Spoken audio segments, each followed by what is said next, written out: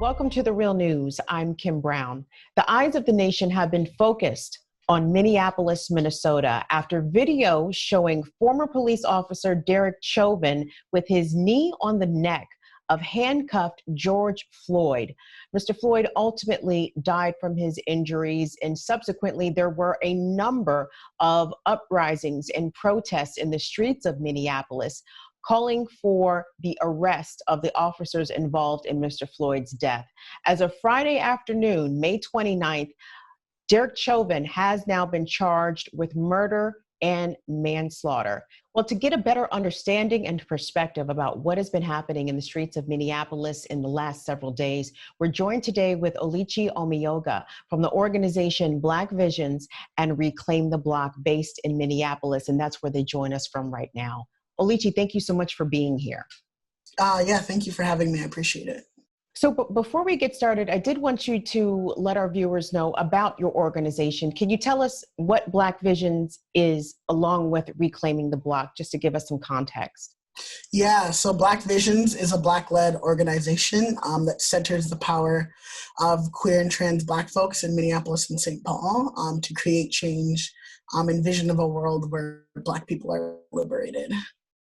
And Reclaim the Block is a coalition of Black Visions and other community members in Minneapolis who actually envision a world beyond policing and actualize that through our city's legislative system and direct organizing.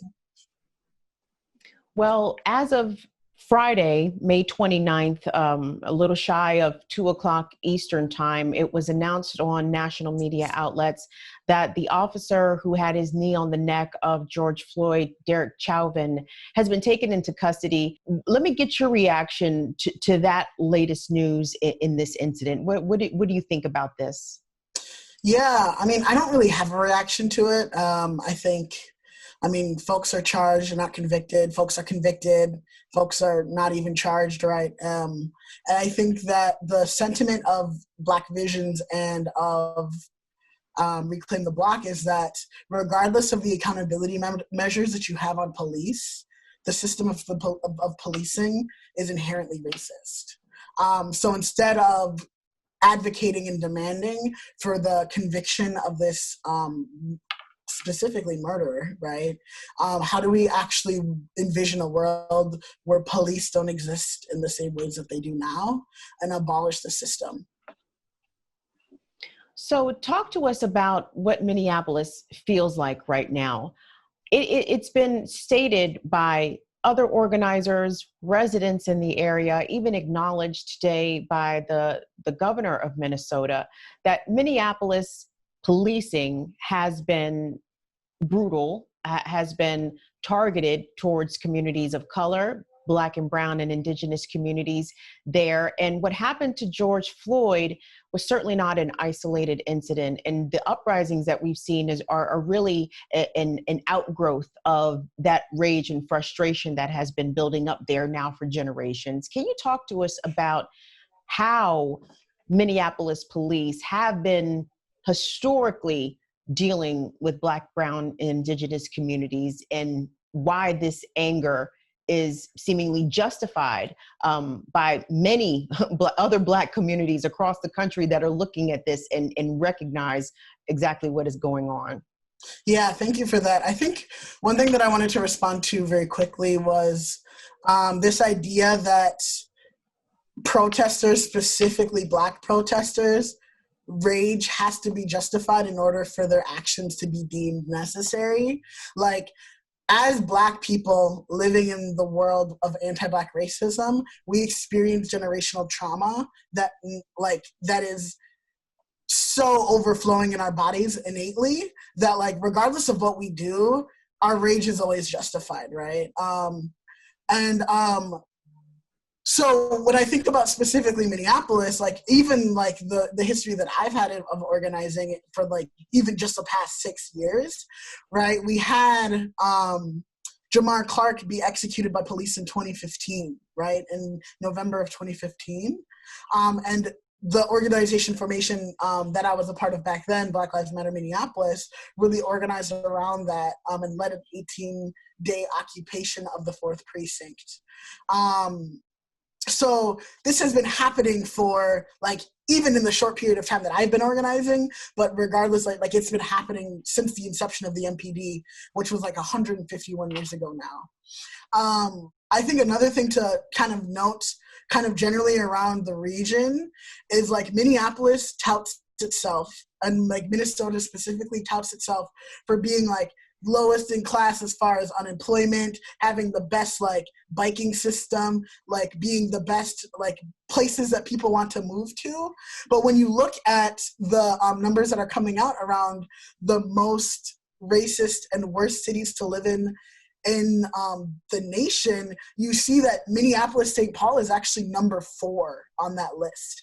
And that every other city on that list, in the top 5, if not the top 7, are all in the Midwest, right? So we think of this place as this safe haven that like people aren't racist up north, when in reality what we're seeing is that it has the greatest racial tension of all of the nation. I think that's something that people outside of the Midwest don't realize. Like places like Milwaukee as like the worst place in the country for being for being Black, right? Or places like Chicago, Detroit, right? Where the unemployment rate for white people might be really low, but the unemployment for Black people are very high. And also you're seeing that the median income for households is like a third of what white people are getting, right? So I think that's where the tension starts, and it's very underlying. And I'm not surprised at the tactics that are being used in this moment, because people are fed up, right? They've had enough, and they're ready to uprise and dream of something new. And speaking of the uprisings, you know, we've really seen some incredible things happening out of these uprisings, including the burning of the 3rd precinct, the 3rd police precinct police station. Those pictures were incredible. And, you know, the so-called looting of the Target store, but I've seen on social media where some of the items taken from the Target store have been redistributed to the community. Can you talk about this particular nature of the uprisings, because it is not simply just wanton looting and destruction. There definitely seems to be an organized element about it. What's your take on that? Yeah, I don't have a lot of specifics around like what has been or hasn't been taken. I know that the things that are being taken are being redistributed to the community. I also know that people in community are creating safe places and safe havens for small businesses that are local and in the community, right? So you see people protecting Black-owned businesses and POC businesses that actually give back to the community, right? And I think another interesting piece around the precinct that people don't necessarily understand or know about if they're not from Minneapolis is that police precinct is located not 1 or 2 blocks away from a houseless encampment that has been going on even before the pandemic has started, that no one seems to want to talk about, that they only got housing for, as far as hotels, yesterday, right?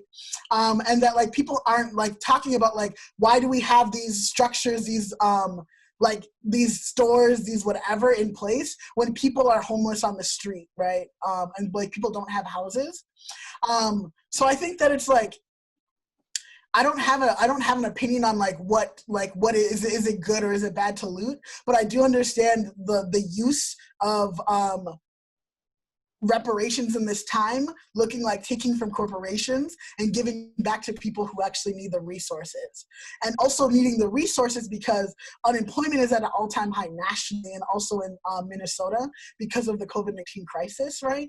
And we're not seeing national dollars go to immigrants, right? And which Black people are not going to the indigenous community, which is a huge portion of where the 3rd precinct sits, right? We have Little Earth, which is like 2 blocks away, which is like one of the biggest centralized indigenous populations in Minnesota. And they're seeing that they're not getting any type of statewide or national support when it comes to the COVID crisis. And now we're seeing that we're able to give those people those things because Target was looted, because Cub Foods was looted, and they're able to redistribute that to the community. historically, and this is specific to Minneapolis, but also broader across the U.S., there's always a reluctance to charge and prosecute killer cops. And what a former attorney general from your state is possibly in the running to be Joe Biden's vice president, and that is Amy Klobuchar. And there were at least two incidents involving two of the officers in Mr. Floyd's incident, Officer Chauvin and Officer Tao, I believe, where they were alleged to have committed, violent assaults on people. I know Chauvin actually murdered an indigenous man, if I'm not mistaken, whose name is Mr. Reyes. And yet there was no discipline resulting from that. The attorney general at that time declined to press charges. And many are saying that, blood is on her hands, that Mr. Floyd's death possibly could have been avoided if Officer Chauvin had been charged and possibly prosecuted, removed off the streets, so to speak. What is your take about how cops have been dealt with, killer cops, cops who brutalize, have been dealt with in the past, and potentially what we could expect or hope to see come out of this situation with Mr. Floyd? Yeah, I don't have opinions on Amy Klobuchar or I know, I am not an Amy Klobuchar supporter personally. I can't speak for our organization. But I don't have an answer for that portion. I think as far as convicting and prosecuting cops, I don't think that is a solution to the issues that we're seeing. I actually don't think that a good cop exists. I think that the whole institution needs to be abolished and completely changed.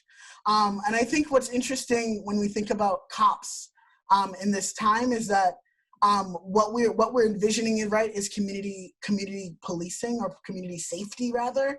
And 80% of the cops that are working in Minneapolis that actually don't even live in Minneapolis. Officer Chauvin is one of those examples, right? He lives in Oakdale, which is 40 minutes away from Minneapolis. So I don't think, to answer your question, I apologize, I don't think the solution to mass societal shift of policing is prosecution and jail time.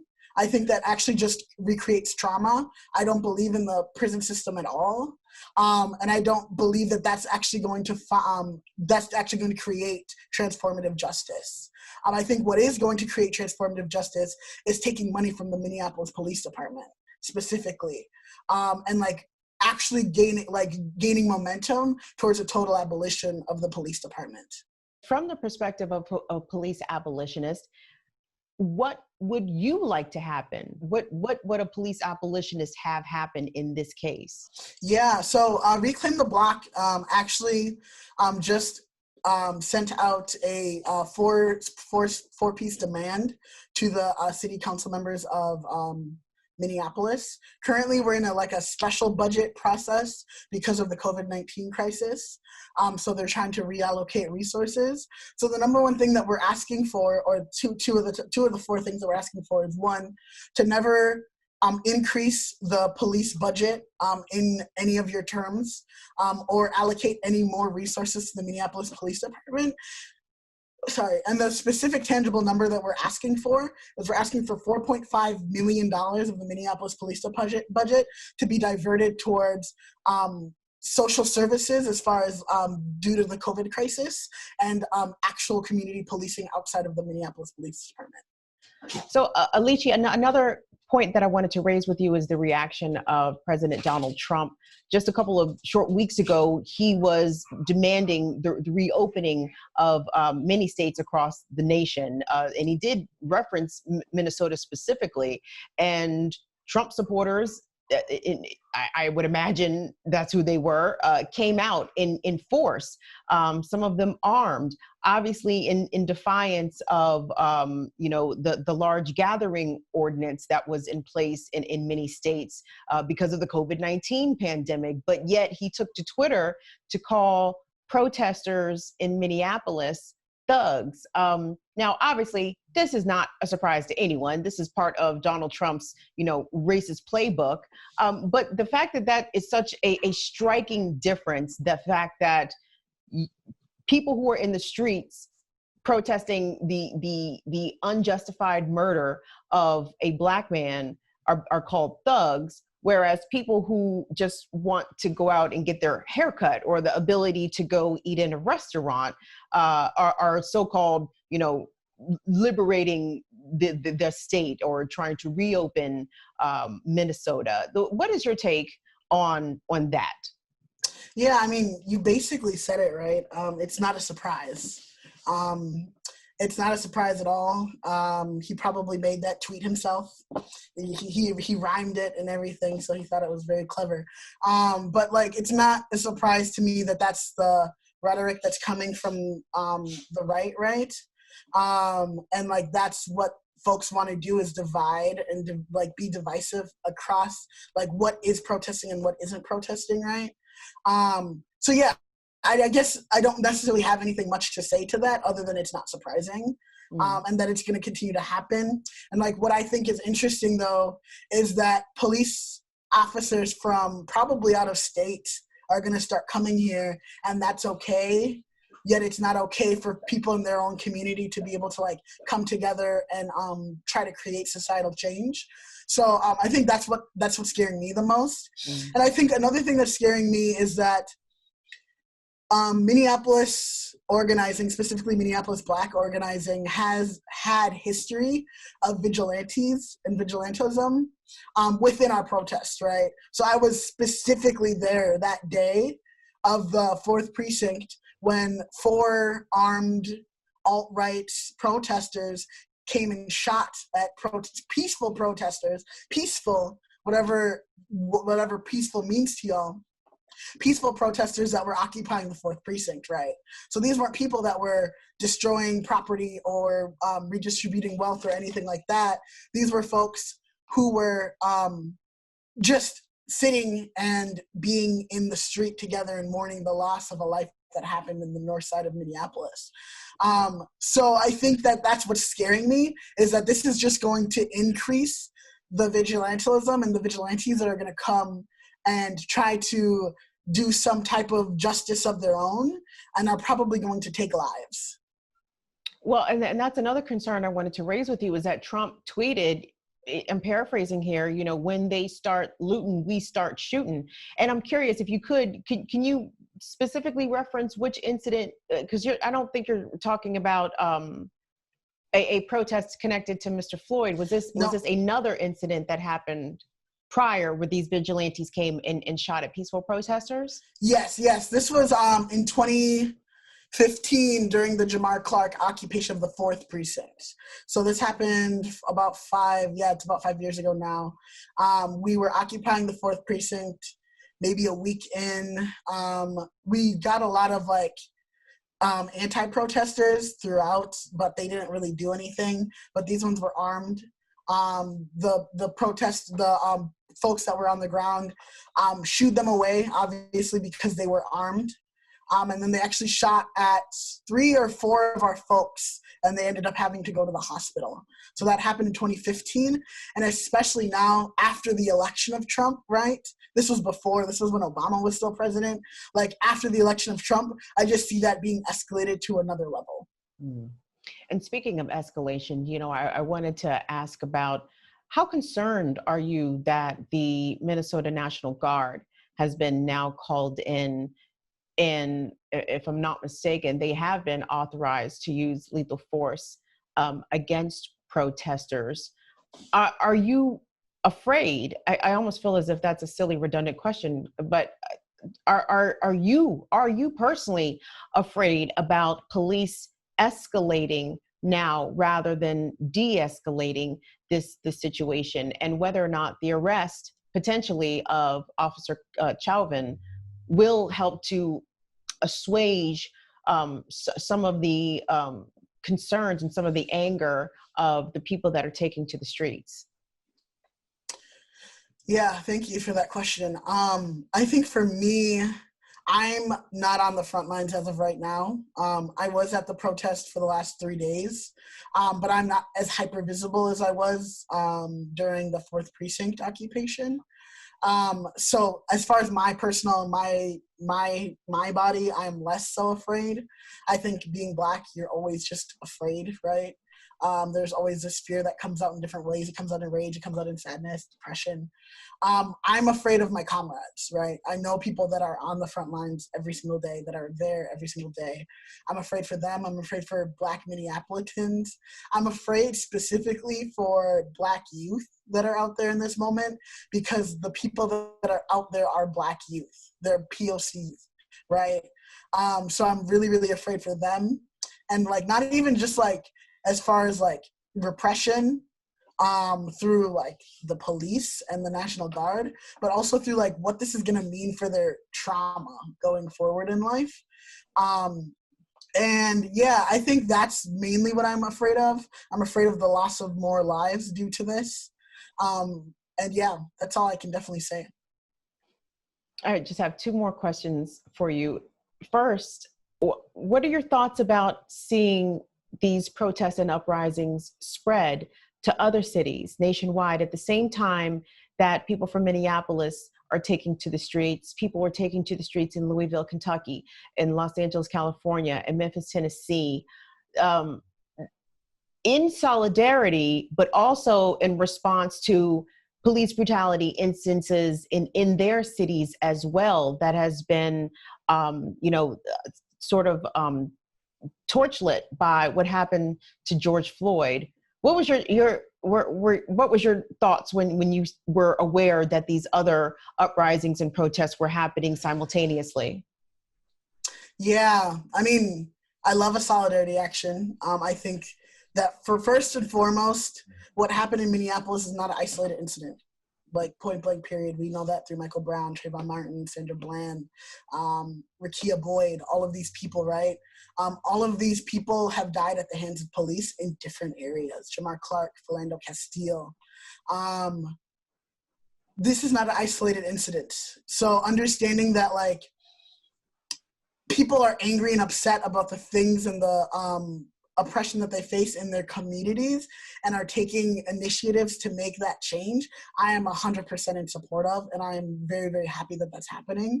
And I also think that the thing that does is it pushes this from this is a Minneapolis issue, then that this is a societal issue, right? And how do we actually create societal changes? And that's like what I'm really, really happy about. And lastly, Oluchi, what is it that you think that people outside of Minneapolis ought to know about what's been happening in this instance to people in your city, but also what has been happening to communities of color in Minneapolis over, I guess, the past 150 years, as you said, as that's how long the MPD has been in existence. For people who are not there or not familiar with what's going on in Minneapolis, generally, what do people need to know if we're looking from the outside inward? Yeah, thank you for that. I think the one thing that I want to raise up in this time is that since organizing from the Movement for Black Lives in 2013 to 2017 till now, I think one thing that people don't realize is that people, specifically Black youth, specifically Black organizers, are getting more abolitionist in their politic, right? Like before it was calling for prosecution and accountability and all of these things. And that was what was resonant to the people that were on the ground. But right now they're past that, right? And which is why I don't actually think that that getting them arrested is gonna actually squelch what's happening right now, is because people are asking for abolition. Like they're saying, in layman's terms, I apologize, I don't know who your audience is, but they're saying fuck 12, which means fuck the police, right? Like this is a message that's happening and that's resonant within the vast majority of Black folks, right? So I think that's one thing. I think another thing about Minneapolis that I already brought up was that like, it is told that Minneapolis is one of the worst places in the country for Black folks, and understanding that we're resilient and also we're so diverse. So I think one thing that people don't recognize is that the highest population of Somali people outside of Somalia is in Minnesota, right? We have a huge Somali population. We have a huge Eritrean population. We have a huge Kenyan, Ethiopian population, and we have a very big West African population. So my parents being Nigerian, right, and the community that we come from, and also Liberian population as well, that people don't necessarily recognize when they look at Blackness within Minnesota. So I think that's another thing, is that we're a resilient and diverse population in Minnesota. As far as people of color, right? So I'm not sure if folks know what Hmong folks are, but they're nomadic folks in Southeast Asia, from Laos, Thailand, Cambodia. And the biggest population of Hmong people outside of Southeast Asia is in Minnesota. So when we talk about resiliency within, like, after the Vietnam War, when we talk about resiliency after what happened in Africa, right? Like, these people have been refugees from different populations outside of the US. And that's one thing that folks don't necessarily realize when they think about population and the diverse population in Minnesota. Right. Well, listen, I can't tell you how much we appreciate you making some time to speak with us, to inform and enlighten our viewers about the situation, past and present, in Minneapolis and in Minnesota at large. And on behalf of The Real News, we are definitely standing in solidarity with the movement there to get justice, not only for George Floyd, but for so many others who have suffered and died as a result of police brutality. So thank you very much. Yeah, thank you for having me. We've been speaking with Oluchi Omeoga, an activist and organizer from the organization Black Visions, along with Reclaim the Block, based out of Minneapolis. Obviously, we've been speaking about the uprisings as a result of the police murder of 46-year-old George Floyd. Thank you very much, and thank you for watching The Real News Network.